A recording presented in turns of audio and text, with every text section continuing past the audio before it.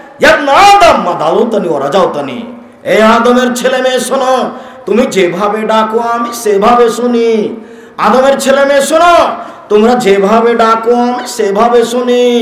যেভাবে আশা পোষণ করো আমি সেভাবে পূর্ণ করে থাকি। আদমের ছেলে মেয়ে শোনো, যেভাবে আশা পোষণ করে থাকো আমি সেভাবে পূর্ণ করে থাকি। যেভাবে ডাকো আমি সেভাবে শুনে থাকি।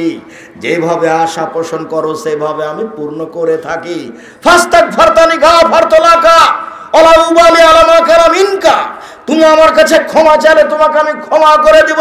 আমি পরোয়া করি না তুমি কত বড় পাপী, আমি পরোয়া করি না তুমি কত বড় পাপী, আমি পরোয়া করি না তুমি কত বড় পাপী। তুমি আমাকে একটু বলো না, তুমি যেভাবে বলো আমি সেভাবে থাকি। যেভাবে আশা পোষণ করো আমি সেভাবে পূর্ণ করে থাকি। তার নাম আল্লাহ। নিরাশার কিছু নেই। আল্লাহকে আপনি বলেন, আল্লাহ আমার স্বামীর মুখখান ভালো করে দাও, কান্নাকাটি করে আপনি বলেন, ইনশাল্লাহ আপনাকে অনেক আদর করবে অচিরেই। আল্লাহ তাআলা বলেন, ইবনে আদম লা বালাগা জুনুবুকা আনানাস সামায়ে, তোমার পাপ বেশি হতে হতে যদি আকাশে লেগে যায়, আদম সন্তান শোনো, পাপ আর পাপ, আকাশ জমিন পরিপূর্ণ হয়ে আছে পাপ। ফাস্তাগফারতানি, এরপরে যদি আমার কাছে ক্ষমা চাও, গাফারতুলাকা, তুমি ক্ষমা, তোমাকে আমি ক্ষমা করে দেব। ওয়ালা উবালি, আমি পরোয়া করি না তুমি কত বড় পাপী, আমি পরোয়া করি না তুমি কত বড় পাপী।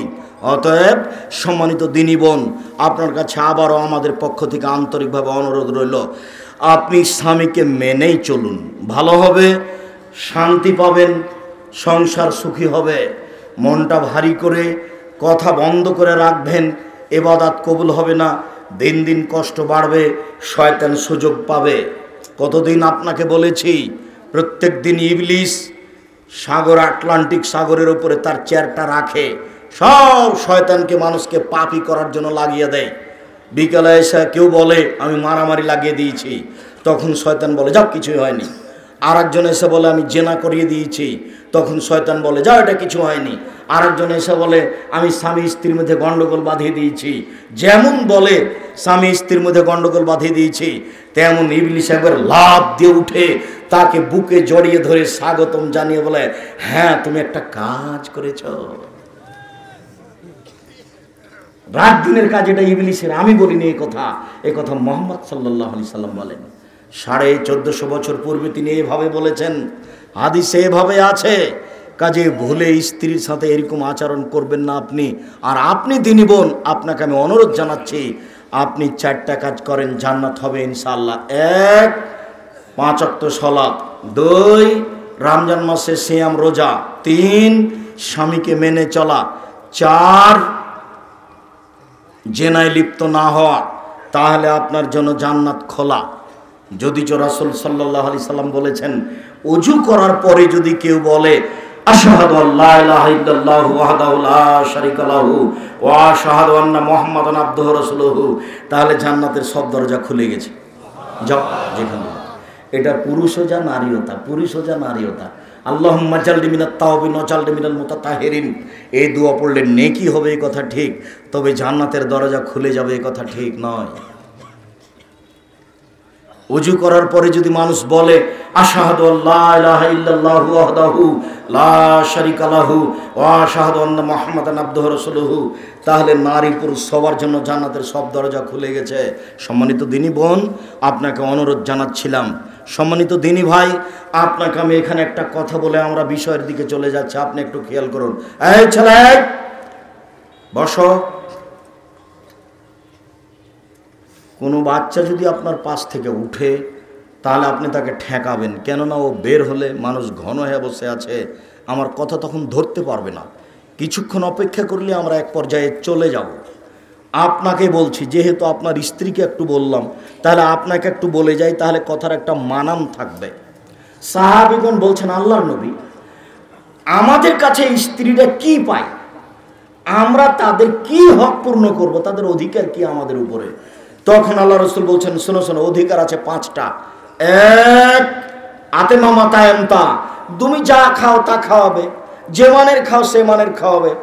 2, ফাকসু মাত্তা সাইতা, তুমি যে মানের কাপড় পরো সে মানের পরাবে, তুমি যেমন পরো তেমন পরাবে।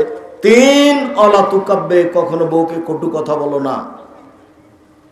ভুলে যায়েন না, বউকে গালি দিয়েন না। বউকে গালি দিতে হয় না, মারতে হয় না, নিন্দা করতে হয় না। ভুলেও কখনো বলবেন না তোমার ঠোঁটটা মোটা। একবার ঠোঁট মোটা বললে 10 বছর আপনাকে ভালোবাসতে পারবে না। ভুলেও কখন বলবেন না তোমার রংটা কালো। একবার রং কালো বললে আপনার উপরে তার ভালোবাসা কমে যাবে। দিন রাত খালি প্রশংসা করবেন, বলবেন তোমার মতো সুন্দরী করে নারী দেখি না। তাহলে সারা রাত পাটি বেঁধার জন্য প্রস্তুত আছে। একটু প্রশংসার ভিখারি। মুখ খারাপ করিয়েন না, অন্য বাড়ি থেকে এসেছে, বাপের বাড়িতে লালন পালনে আপনার কাছে আছে। যৌতুক তো বহুদূরের কথা। আমি তো আপনাকে বলেছি, ভিক্ষা করা টাকা দিয়ে চাউল কিনে ভাত খেয়ে ইবাদত কবুল হবে, যৌতুকের টাকা দিয়ে চাউল কিনে ভাত খেয়ে ইবাদত কবুল হবে না। যৌতুক ফেরত দিতে হবে। তোমার বাপ বেটা নাকি দুইজনই যৌতুক নিয়েছ, কি তোমাদের কেউ ভিক্ষা দেয় না? যদি এলাকায় ভিক্ষা না দেয় তাহলে ওই যে ইয়াতে বগুড়া ট্রেন স্টেশনে যাও, মানুষের ব্যাগ ধরে তুলে দিবা। প্রতিদিন সারাদিন দিলে অন্তত 3 থেকে 500 টাকা হবে। যৌতুক নিবা কেন? তওবা করো, মনে মনে তওবা করো যে গিয়েই টাকাটা ফেরত দিব।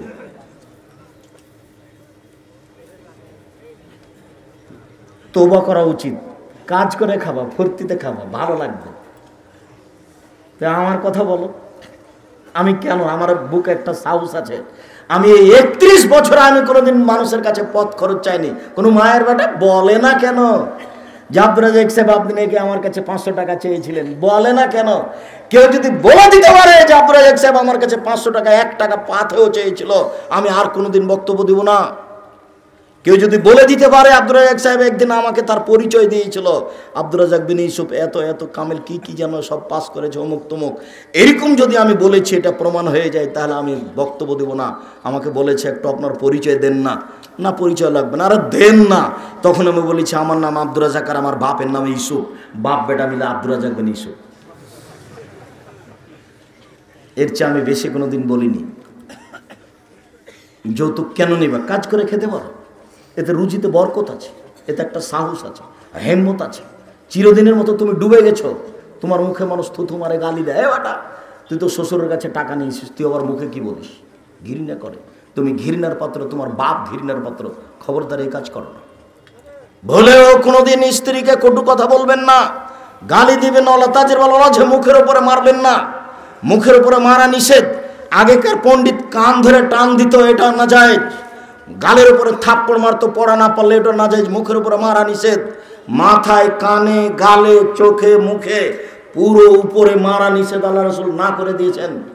1450 বছর আগে না করেছেন। উনি আবার প্রিন্সিপাল, উনি জানেন না রাসূলের নীতি। ডাক্তার জানেন না, 14 বার মাস্টার ডিগ্রি পাস করে লন্ডন থেকে ডাক্তারি করে আসলে তার চিকিৎসা করার নিয়ম জানে না।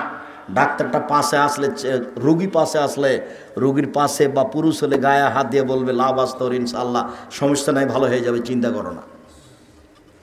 আজবিল বাস রব্বান নাস হাসফামতা সাফিলা সেফা ইল্লা সেফা হোক সেফুন লা ইয়াদুর সাফ।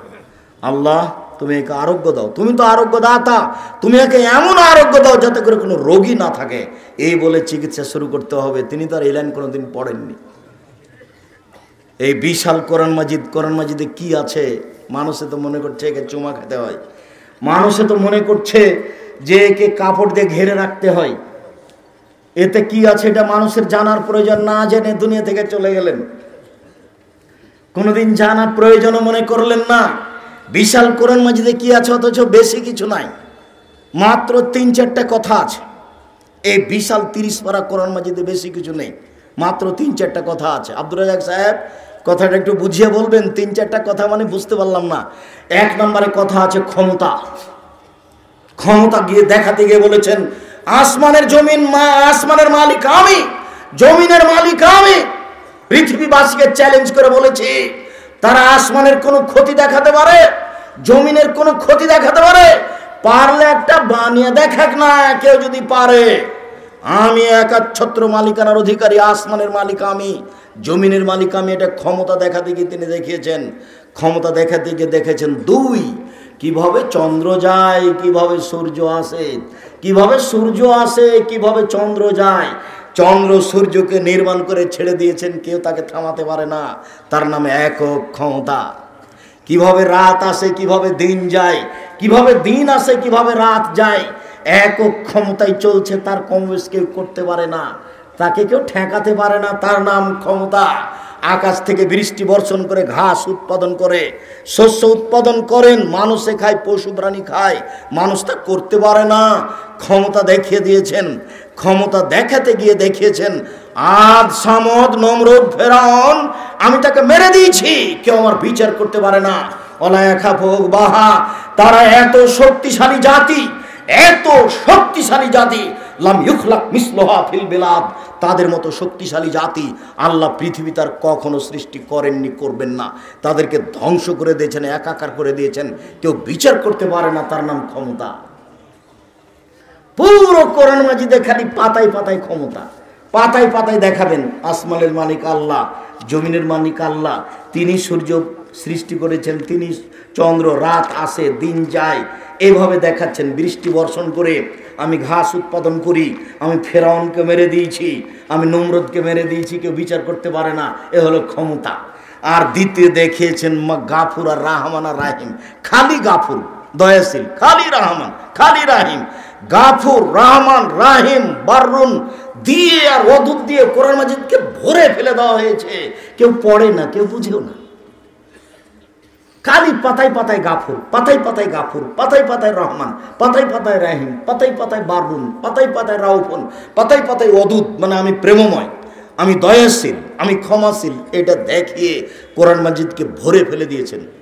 তিন, কিছু বিধান, সালাত আদায় করতে হবে, যাকাত দিতে হবে, চুরি করলে হাত কাটা যাবে, এ হলো কিছু বিধান। চার, এই ফাঁকে ফাঁকে জাহান্নামের জান্নাত, জাহান্নামের জান্নাত, জাহান্নামের জান্নাত, এই কোরআন মাজিদ শেষ। বুঝতে পারলেন না কথা মনে হয়? তো কোনোদিন পড়তেও পারলাম না, কোনোদিন বুঝতেও পারলাম না। কখনো মুখের উপরে মারবেন না। 4, 5, ওলা তাতরুকা ইল্লা ফিল বাইতে, নিজের বাড়ি ছাড়া কোথাও থাকতে দিবেন না। চাচির বাড়ি যেতে পাবে না, খালার বাড়ি যেতে পাবে না, ফুফুর বাড়ি যেতে পাবে না, হাটায় বাজারে যাওয়ার তো কোনো প্রশ্নই আসে না। কাপুরুষের স্ত্রী হাটে বাজারে যায়, যারা নিজেকে পশু মনে করে, গরু ছাগল, তাদের স্ত্রী হাটে বাজারে যায়। কষ্ট পাচ্ছেন নাকি? আমার কিছু করার নেই, কথা আমি বলিনি। যদি আপনি আবার অনুবাদ শুনতে চান, তাহলে আমি যখন নেমে যাব তখন আপনাদের সুপরিচিত মৌলানা আব্দুল কাদের সাহেব আপনাদেরকে এই আয়াতের অর্থ শোনাবেন।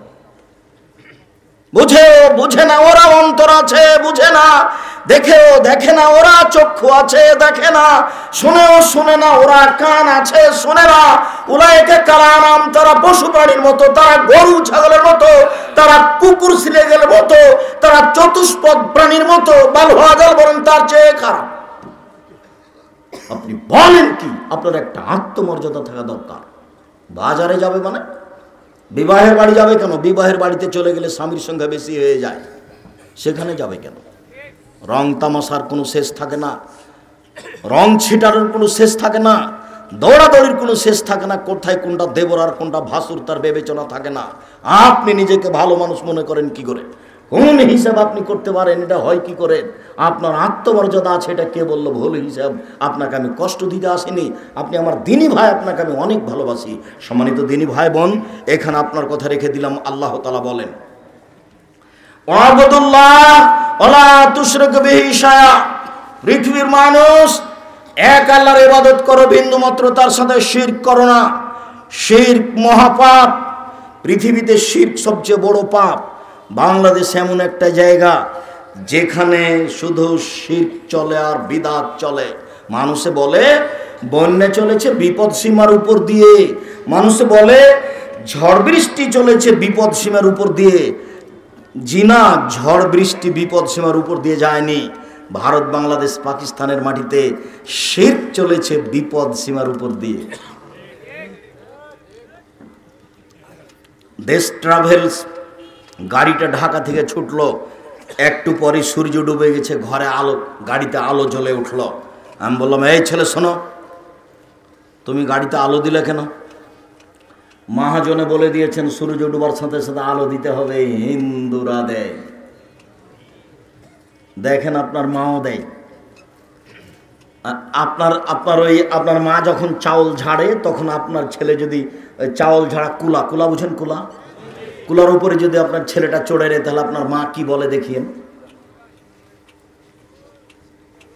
আপনার মায়ের সামনে আপনি গরুকে লাথি মারিয়েন, দেখেন আপনার মা কি বলে। আর এদেশের শিক্ষা প্রতিষ্ঠান, অফিস, আদালত, কোর্ট কাচারি সব একবারে শিরক দিয়ে ভরা।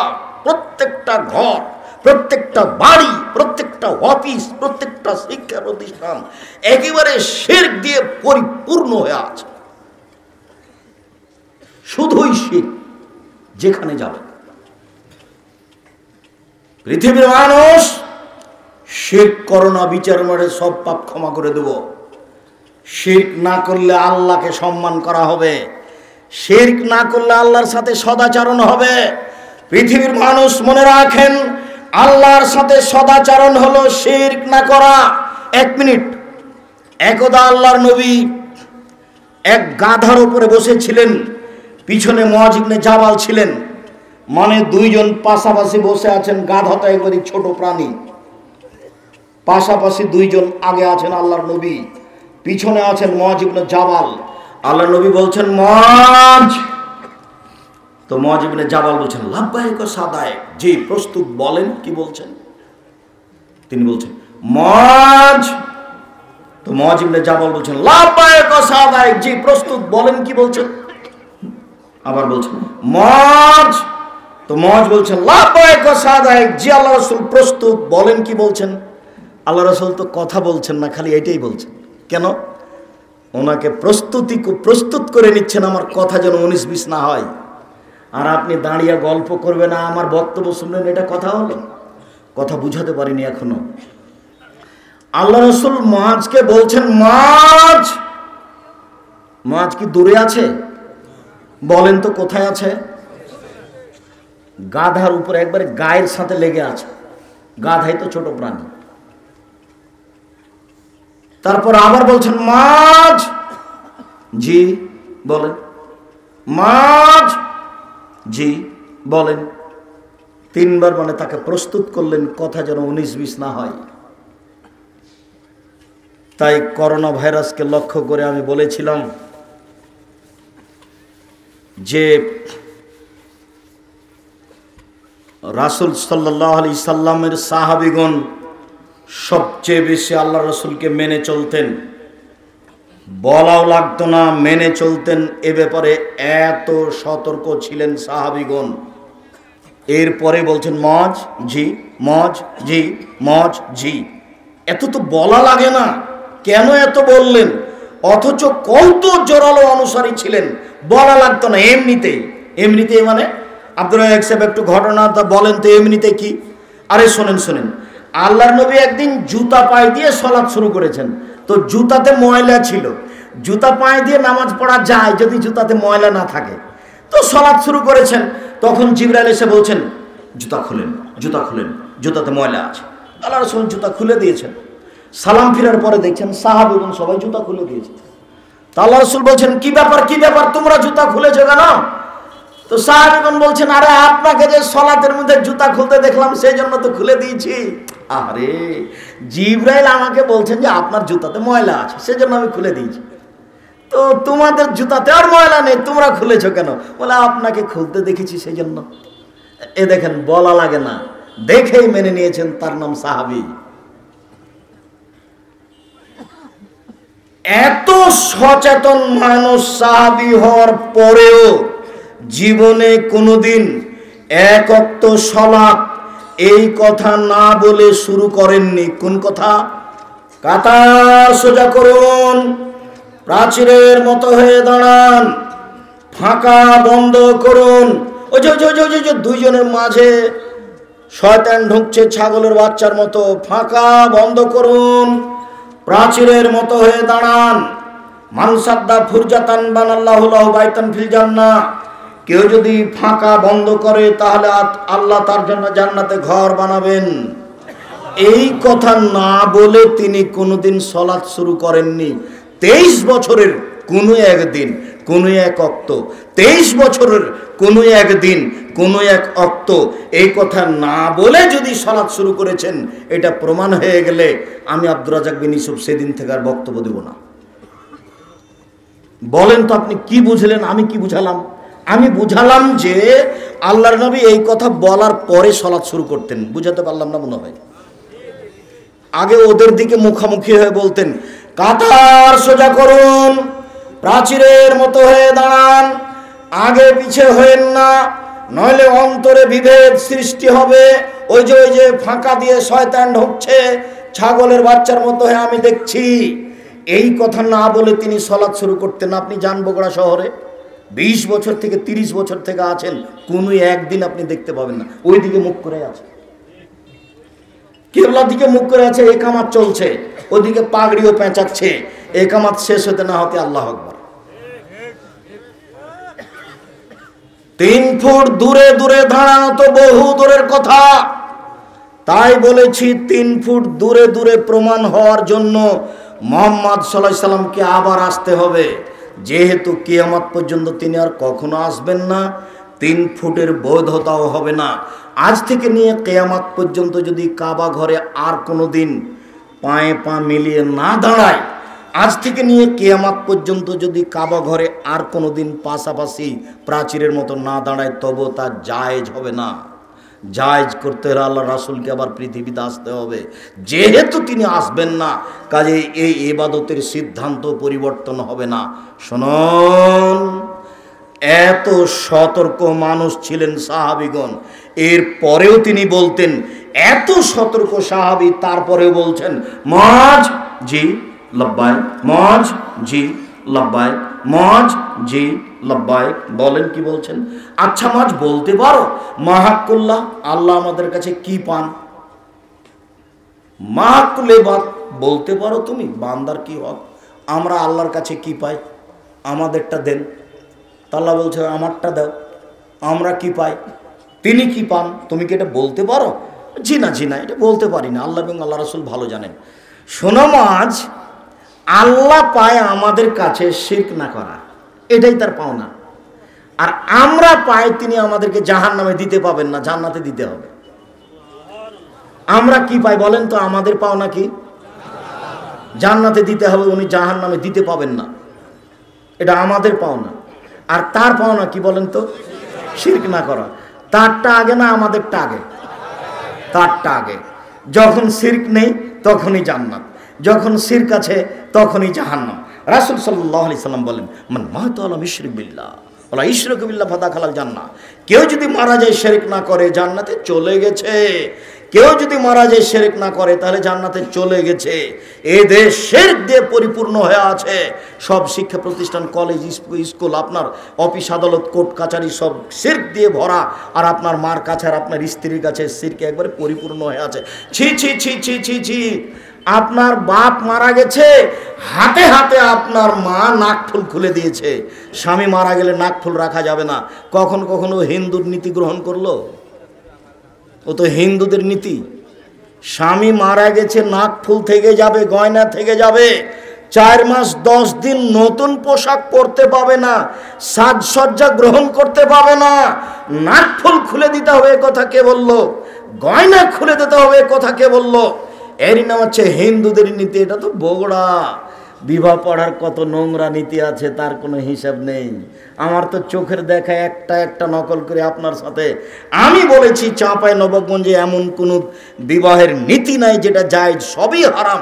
চাঁপাই নবাবগঞ্জ জেলার বিবাহের শুরু থেকে নিয়ে শেষ পর্যন্ত সব নীতি না জায়েজ, হারাম। বগুড়ার একটা বলি, সবাই মিলে 2-4-10 জন 20 জন মিলে গেছে মেয়ের কাছে বিবাহ পড়াতে।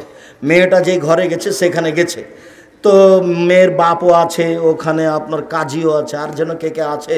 তখন বলছে, অমুক নেবাসী অমুক, এত টাকা নগদ, এত টাকা বাকিতে তোমাকে বিবাহ করতে এসেছে, তুমি তাকে স্বামী সত্ত্বে কবুল করো। তখন ও বলছে কবুল করলাম। তারপর ও বলছে, তোমরা শুনেছ? জি শুনেছি। আবার 3 বার। এবার লোকগুলি এসে যেখানে বর আছে সেখানে দাঁড়ালো। তো বরের পাশে বসে থাকা লোকগুলি বলছে, আপনারা কে? আমরা এই বিবাহের উকিল। কনে কবুল করেছে? জি করেছে। আপনারা শুনেছেন? জি শুনেছি। তাহলে বসেন, মনে হচ্ছে পাগলামি কারবার, কলা গাছের চতুর্দিকে ঘুরে ধর্ম পাগল হয়ে গেছে। বানানো নিয়ম দেখেন, ধর্ম পাগল হয়ে গেছে। মেয়ের কাছে যেতে হবে না, খুতবা হবে, তারপরে মেয়ের বাপ বলবে এত নগদে এত বাকিতে আমার মেয়ের সাথে তোমার বিবাহ দিয়ে দিলাম, তুমি কবুল করো, বলবে কবুল করলাম, বাস বিবাহ হয়ে গেছে। গুরুত্বপূর্ণ কথা তিনবার বলতে পারে, এদেশে শিরক পরিপূর্ণ হয়ে আছে। দুই, অবিল ওয়ালিদাইনি ইহসানা, পৃথিবীর মানুষ তোমরা বাপ মায়ের সাথে সদাচরণ করো। পৃথিবীর মানুষ তোমরা আল্লাহর সাথে, তোমার বোনকে দিয়ে দেয়, তুমি দেখবা। আজকে দেখো, এই যে মাছ আমি রান্না করেছি, তোমার বোনের ছেলে খেতে বসেছে আর তোমার ছেলে বসেছে, এবার তোমার মা মাছ তুলে দিবে। দেখো তো দেখলাম যে আমার মা আমার বোনের ছেলেকে বড় মাছটা দিয়ে দিল, ছোট টুকরা আমার ছেলেকে দিল। আমি বুঝলাম ঠিক ঠিক ঠিক, মাটির উপরে সবচেয়ে খারাপ মানুষ আমার মা। দিয়েছে এ কথাও ঠিক, যা বলছে সবই উল্টা, যা করছে সবই উল্টা, এ কথাই ঠিক। এরপরেও সম্মান করতে হবে, এ কথাই ঠিক। যা বলছে সবই উল্টা, যা করছে সবই উল্টা, এ কথাই ঠিক। এরপরেও জীবন বাজি রেখে তাকে মাথার উপরে রাখতে হবে, এ কথাই ঠিক।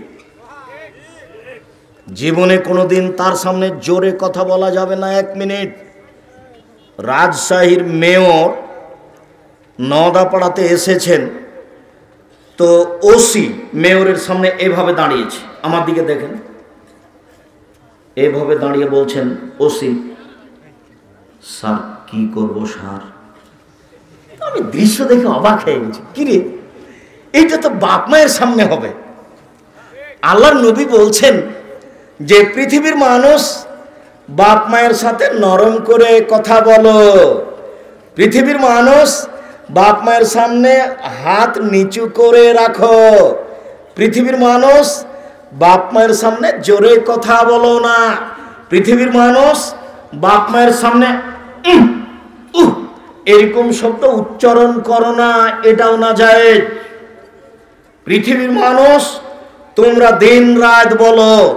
আব্দুর রাজ্জাক সাহেব বলেছেন, সালাতে সালাম ফিরার পূর্বে বলো রব্বির হামহুমা কামা রাব্বায়ানি সাগীরা, হে আমার প্রতিপালক তুমি আমার বাপ মাকে দেখো, বাল্য অবস্থা আমাকে যেভাবে দেখেছিল।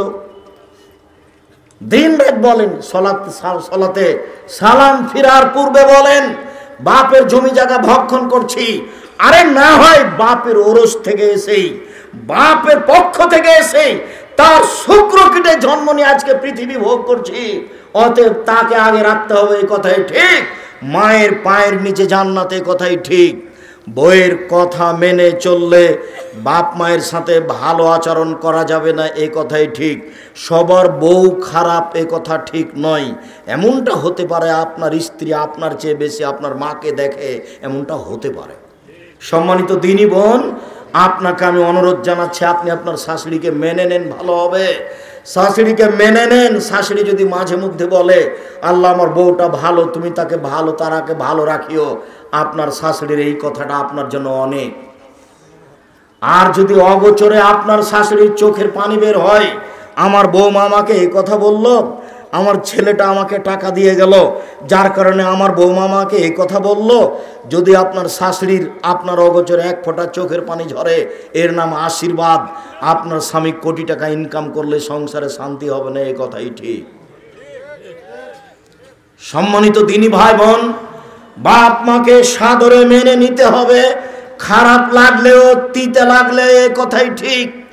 আপনাকে মা কিভাবে লালন পালন করেছে সেটা আপনাকে আমি দেখাতে অক্ষম, তবে আপনার ছেলেটাকে আপনি দেখলে বুঝতে পারবেন আপনার ছেলেটা আপনার কাছে কেমন, তেমন আপনি ছিলেন, তাহলে বোঝা যাবে মা কি জিনিস।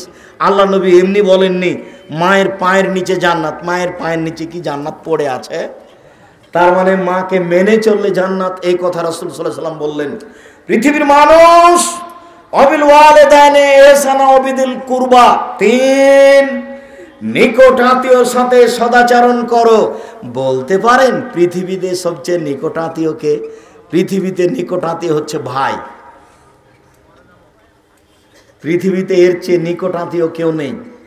ভাইয়ের সাথে টিকা কঠিন। এক নম্বরে সদাচরণ সবচেয়ে কঠিন, বাংলাদেশে আরো কঠিন। সেটা হলো আল্লাহর সাথে সদাচরণ শিরক না করা। কথায় কথায় শিরক আছে এদেশের মাটিতে। ওই যে আমি কথা বলছি না, টিকটিকি টিকটিক করে উঠলো, ঠিক বলেছি, তাই তো টিকটিকি টিকটিক করলো। আর আপনার যেটা অফিস আদালতের শিক্ষা প্রতিষ্ঠানে, সেটা আমি বলতে চাচ্ছি না, আপনি ওটা খুব ভালো জানেন। সম্মানিত দিনী ভাই বোন, দুই, বাপ মার সাথে ভালো আচরণ সদাচরণ। তিন, ভাইয়ের সাথে ভালো আচরণ সদাচরণ। এইটাও টিকা খুব কঠিন। আমাদের গ্রামে দুই ভাই মারামারি লেগেছিল, ঝগড়া। বিকেলে একটা ঢেঁকি ছিল, কেটে ভাগ করে নিয়েছে। চাঁপাইনবাবগঞ্জের ভাষায় ভাই ভাই ঠাই ঠাই। সংসার বলতে স্ত্রী ছেলে মেয়ে, এই তিনজনের নাম সংসার। তিনজনের উপরে যে আছে সে সংসারের উপরে, তার নাম বাপ মা। ভাই এই সংসারে ঢুকবে না, ভাই হচ্ছে ভিন্ন সংসার। দুই ভাই চাকরি করে, কোনোদিন কেউ কারো টাকা দেয় না, তবে ঈদের দিনে এসে বলে আব্বা আমি দিলাম 5, ভাই দিল 5, আপনি দেন 5, 15,000 একটা গরু কুরবানি।